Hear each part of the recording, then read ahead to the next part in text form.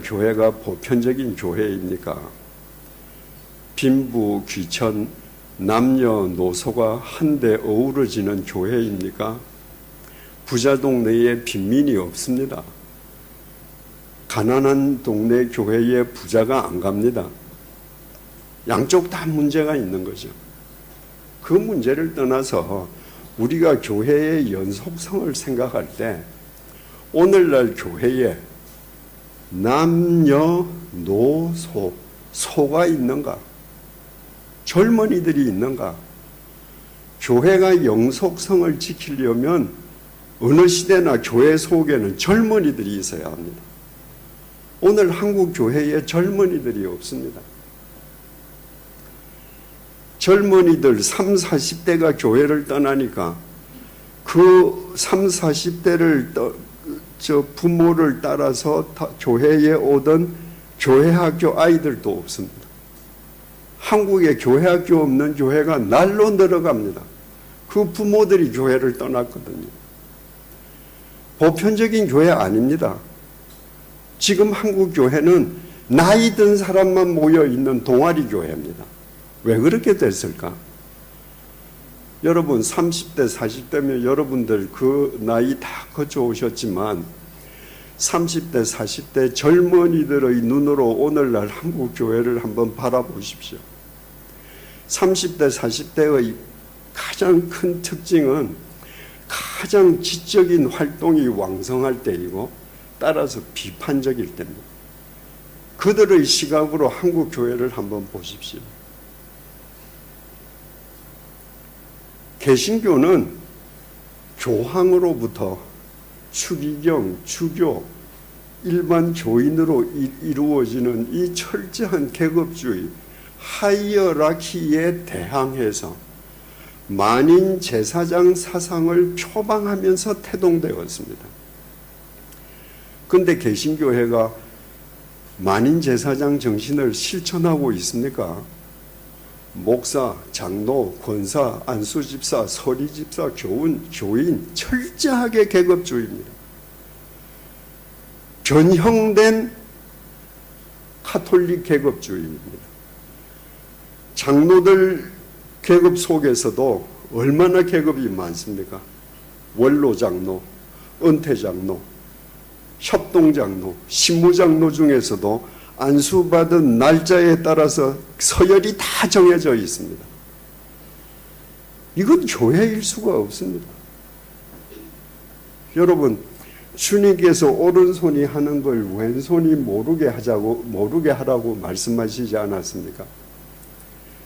크리스천들이 절에 놀러 가서 보면서 제일 우습게 생각하는 게 그 천정에 걸린 연등 아닙니까? 연등의 크기가 다 다릅니다. 5만 원짜리, 10만 원짜리, 100만 원짜리 다 다릅니다. 거기에 연등 바친 사람 이름 다 쓰여 있죠.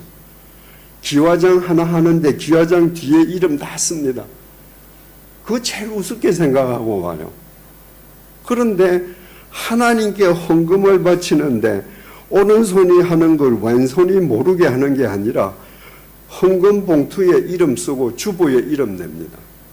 젊은이들한테 이런 것이 용납이 될까요? 주님께서 이렇게 말씀하셨습니다. 제자들에게.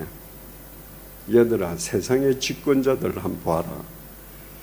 너희들 위에서 군림하고 너희들 막 부려먹지. 그런데 인자는 그렇지 않아. 인자는 오히려 너희들의 종이 되려고 왔어. 그리고 많은 사람들을 구원하는 대속물이 되기 위해서 내 생명을 내어놓으려고 왔어. 너희들도 으뜸이 되고 싶니? 너희들도 높아지고 싶니? 그러면 먼저 종이 되거라. 먼저 섬기는 사람이 되거라. 이 좋은 소리가 교회에서는 다 선포는 됩니다. 그런데 젊은이들이 볼 때 교인을 섬기는 목사를 한국에서 찾아볼 수 있습니까? 없습니다.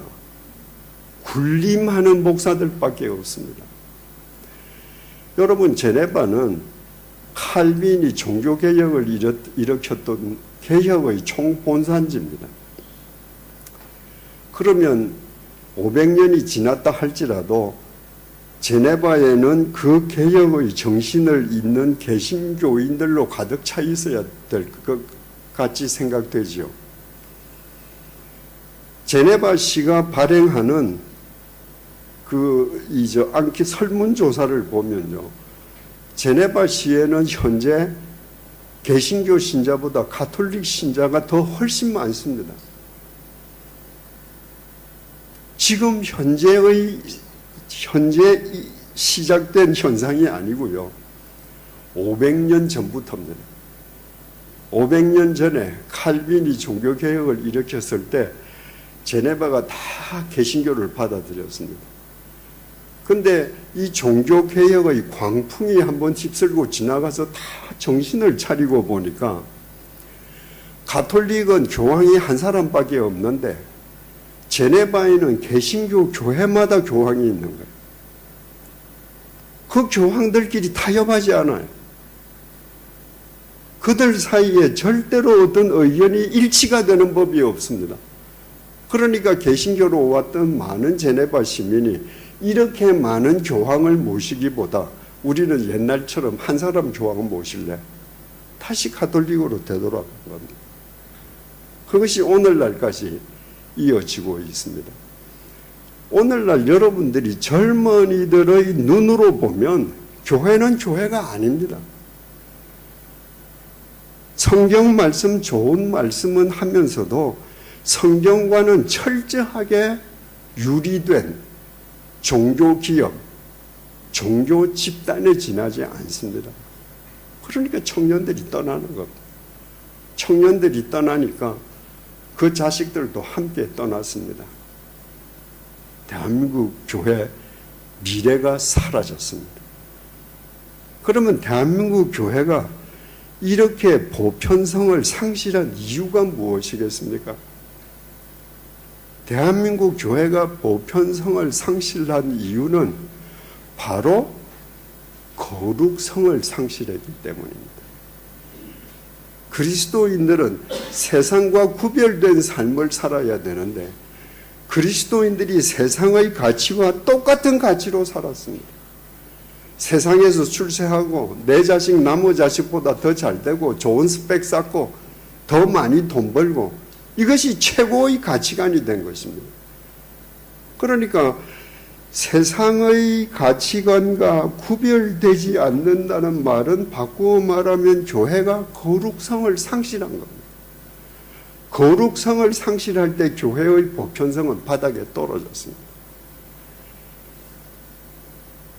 제가 제네바에 있을 때 그 유명한 제네바 콩쿠르를 예선전부터 본선전까지 다 한번 관람했던 적이 있습니다. 제네바 콩쿠르는 세계 콩쿠르 중에서 제일 역사가 깊은 콩쿠르입니다. 마침 제가 목회하던 제네바 한인교회 여성 청년 한 명이 거기에 출연을 해서 제가 관람을 하게 됐는데요. 예선전 할 때는 제네바 음악원 큰 홀에서 반주자 피아노 한 사람의 반주로 이제 노래를 합니다. 그러면 그 앞에 심사위원들이 쭉 앉아서 심사를 하죠. 그러니까 저희 같은 아마추어는 하루 종일 계속 순번대로 하는데 누가 정말 잘하는지 구별하기 쉽지 않습니다. 그런데 그 예선을 통과해서 본선을 할 때 1600석의 빅토리아 홀에서 하는데 그 무대에는 약 70명의 오케스트라 단원이 앉았습니다. 오케스트라 단원이 연주하는 속에서 한 사람씩 나와서 노래를 하는 겁니다. 저는 처음에 몰랐습니다. 예선전하고 본선전은 다르니까 스케일이 다르니까 오케스트라가 나오나 보다. 딱 시작을 했는데요. 어떤 사람은 표정을 보면 노래는 진지하게 열심히 하는데 소리가 하나도 안 들립니다. 오케스트라의 악기 소리에 파묻히는 거예요. 그날 입상을 한 공동 1등을 한 독일, 미국 성악가 그리고 2등을 한 한국 청년 그들이 노래를 하는데요. 그 70명의 오케스트라단의 각각 다른 악기가 그 큰 소리로 연주를 하는데 그 한 사람의 목소리가 그 연주를 뚫고 쫙 전달되어 오는 거예요. 이유가 뭔지 아십니까? 오케스트라 단원들의 음악 소리의 파장과 파장이 다르기 때문입니다. 파장이 똑같으면요, 큰 소리에 작은 소리가 묻혀버립니다. 그런데 아무리 이 소리가 커도 이 소리와 다른 파장을 쏘면 이 큰 소리를 뚫고 나갑니다. 그러니까 그날 입상한 모든 성악가들은 자기의 파장을 가지고 있는, 그것을 확인하기 위해서 본선에서는 오케스트라 단원이 연주를 하는 겁니다. 여러분, 교회의 소리가 왜 세상에 파묻히는가? 교회의 소리가 아무리 외쳐도 왜 세상이 꿈쩍도 안 하는가? 세상과 파장이 같기 때문입니다. 세상과 구별된 파장을 가져야 합니다. 한국에 음향 전문가가 있습니다. 그 유명한 그래미 녹음 기술상을 한국인으로 2번 연거푸 탄 사람은 그 사람밖에 없는데, 이분이 한국의 모든 소리를 지금 녹음하고 있습니다. 순천에 있는 송광사에 가서 1000년 동안 이어져 온 새벽 예불을 이 사람이 녹음을 했습니다. 그 소리는 1000년 된 소리예요. 그러니까 거기에서 연부를 외우는 그 스님은 자기 바로 윗대 스님한테서 전수를 받았고, 그 윗대 분은 또 그 윗대에 받았고 1000년 동안 전수되어 온 연불 소리입니다. 그 예불 소리를 녹음을 했습니다. 그 다음에 이분이 서울에 있는 대형교회 새벽 기도의 소리를 녹음을 했습니다. 수천 명이 주여 삼창하고 와와와 소리를 지르잖아요. 그 녹음했습니다. 그리고 그분이 뭐라 그러는지 아십니까? 스님 한 사람의 연불 소리가 수천 명의 기도 소리를 압도하더라. 이유가 뭐겠습니까? 대형 교회에서 새벽에 특세한다고 수천 명 모여서 소리 지르는 그 기도 소리가 주여 내가 진리를 따르는 진리의 사람이 되겠다고 소리 지릅니까? 아닙니다. 다 욕망의 소리 지르는 거. 그런데 스님들은 세상을 떠난 사람입니다. 속세를 떠난 사람입니다. 다른 파장을 가지고 있어요. 그 다른 파장을 가지고 있으니까 수천 명이 욕망의 소리를 내는 그 파장을 압도하는 겁니다. 판소리 명창이 되기 위해서는 다른 파장을 가져야 되거든요. 연습만 많이 한다고 되지 않습니다. 그래서 그 예전 판소리 명창들은 폭포가 흐르는 폭포 뒤에 동굴 속에 들어가서 득음을 하지 않습니까? 그래서 득음을 하면 그 소리가 폭포를 뚫고 나옵니다. 폭포와 다른 파장을 얻은 거죠. 그게 폭포 소리가 막 떨어지는데 그 소리를 뚫고 그 명창의 소리가 아 하고 나오는 거예요. 저는 그 명창의 그 판소리 노래 소리를 바로 한방에서 바로 얼굴 앞에서 들었던 적이 있습니다. 그 파장을 저는 아직도 잊지 못합니다. 여러분, 예수님께서 이렇게 말씀하셨습니다. 시편 42편 12절입니다. 내가 붙드는 나의 종, 내 마음에 기뻐하는 자, 곧 내가 택한 사람을 보라. 내가 나의 영을 그에게 주었은즉 그가 이방에 정의를 베풀리라.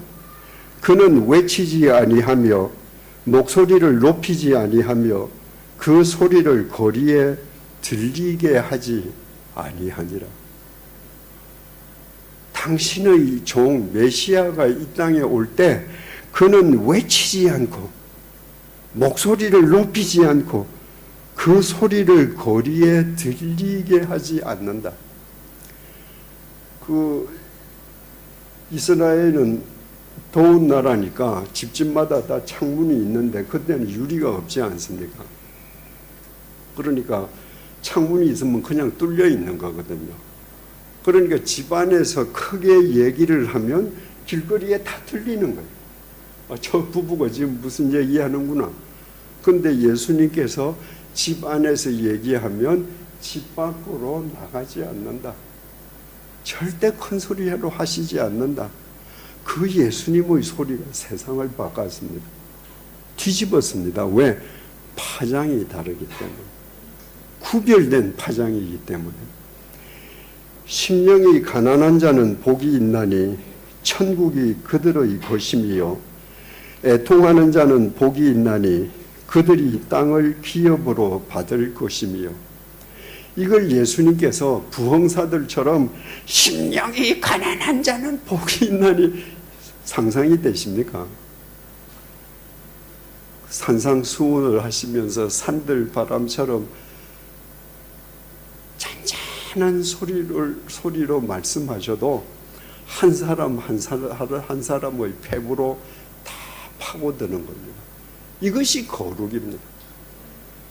우리는 이 거룩을 찾아야 바른 교회가 될 수 있고 세상을 바꿀 수